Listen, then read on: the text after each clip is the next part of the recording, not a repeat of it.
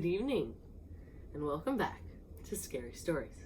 As always, make sure that you have your most comfy pajamas and your best stuffed friend to keep you company. And let's get ready for some scares.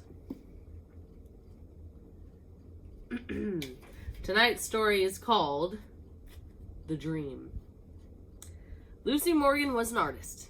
She had spent a week painting in a small country town and decided that the next day she would move on. She would go to a village called Kingston. But that night, Lucy Morgan had a strange dream. She dreamed that she was walking up a dark, carved staircase and entered a bedroom. It was an ordinary room, except for two things. The carpet was made up of large squares that looked like trapdoors, and each of the windows was fastened shut with big nails that stuck up out of the wood. In her dream, Lucy Morgan went to sleep in that bedroom. During the night, a woman with a pale face and black eyes and long black hair came into the room. She leaned over the bed and whispered, "This is an evil place. Flee while you can." When the woman touched her arm to hurry her along, Lucy Morgan awakened from her dream with a shriek. She lay awake the rest of the night, trembling. In the morning, she told her landlady that she had decided not to go to Kingston after all.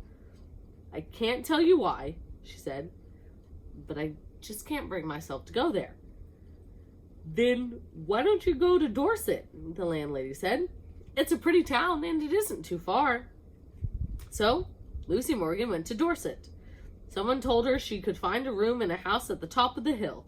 It was a pleasant-looking house, and the landlady there, a plump, motherly woman, was as nice as she could be. "Let's look at the room," she said. "I think you will like it." They walked up a dark, carved staircase, like the one in Lucy's dream. In these old houses, the staircases are all the same, Lucy thought. But when the landlady opened the door to the bedroom, it was the room in her dream, with the same carpet that looked like trapdoors and the same windows fastened with big nails. "This is just a coincidence," Lucy told herself. "How do you like it?" the landlady asked.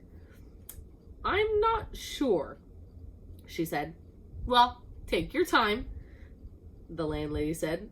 "I'll bring up some tea while you think about it." Lucy sat on the bed, staring at the trapdoors and the big nails. Soon, there was a knock on the door. "It's the landlady with tea," Lucy thought. But it wasn't the landlady. It was the woman with the pale face and the black eyes and the long hair. Lucy Morgan grabbed her things and fled. And that's the end of that story for tonight.